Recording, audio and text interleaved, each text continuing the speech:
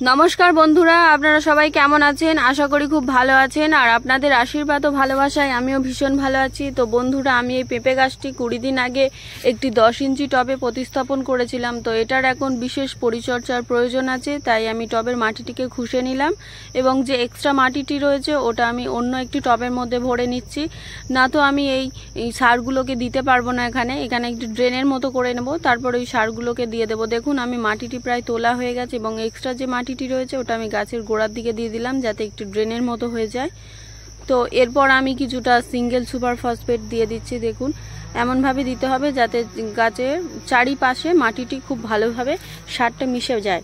আর এরপর আমি কিছুটা নিমখোল দিয়ে দিচ্ছি। আর আমি প্রত্যেকটি গাছে নিমখোলটা একটু বেশি পরিমাণে দিয়ে থাকি, এর ফলে কোনো রকম কীটপতঙ্গ কোনো রকমভাবে আক্রমণ করতে পারবে না।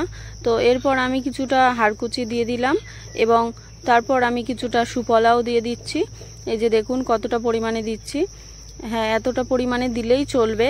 এবং সবশেষে আমি এই যে 1 বাটি ভার্মি কম্পোস্ট রেখেছিলাম এটাও দিয়ে দিচ্ছি।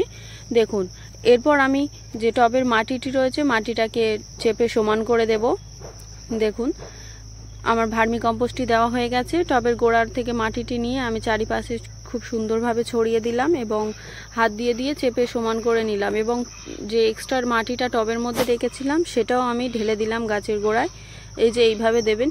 এটা দেওয়ার পর আমি কিছুটা ঘুঁটে দিয়ে দেব, শুকনো ঘুঁটে। ঘুঁটেটাকে আমি বেশি গুঁড়ো করিনি, কারণ গুঁড়ো করার থেকে এটাই বেস্ট। টবের মধ্যে আমি যখন জল দেব তখন ঘুঁটেটি অটোমেটিক গুলে টবের ঠিক নিচ পর্যন্ত পৌঁছে যাবে, তাই আমার ঘুঁটেটি এক্সট্রা করে গুঁড়ো করার কোনো প্রয়োজন নেই।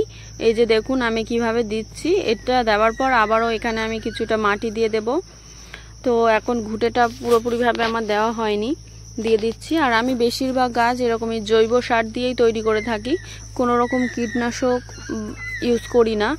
আর এই জৈব পদ্ধতিতে চাষ করার ফলে আমার প্রচুর লাভও হয়, গাছগুলো কোনো রকম ক্ষতিও হয় না। দেখুন, আমার ঘুঁটেটি দেওয়া হয়ে গেছে এবং আমি এর ওপর থেকে মাটি দিয়ে দিচ্ছি। মাটিটাকে এমনভাবে দিতে হবে যাতে টবটি পুরোপুরিভাবে ভর্তি না হয়ে যায়, কারণ মাটি যদি পুরোপুরিভাবে টবে ভর্তি হয়ে যায় তাহলে কিন্তু জল দিলে সম্পূর্ণ জল বাইরে বেরিয়ে যাবে, টবের মধ্যে একটুও যাবে না।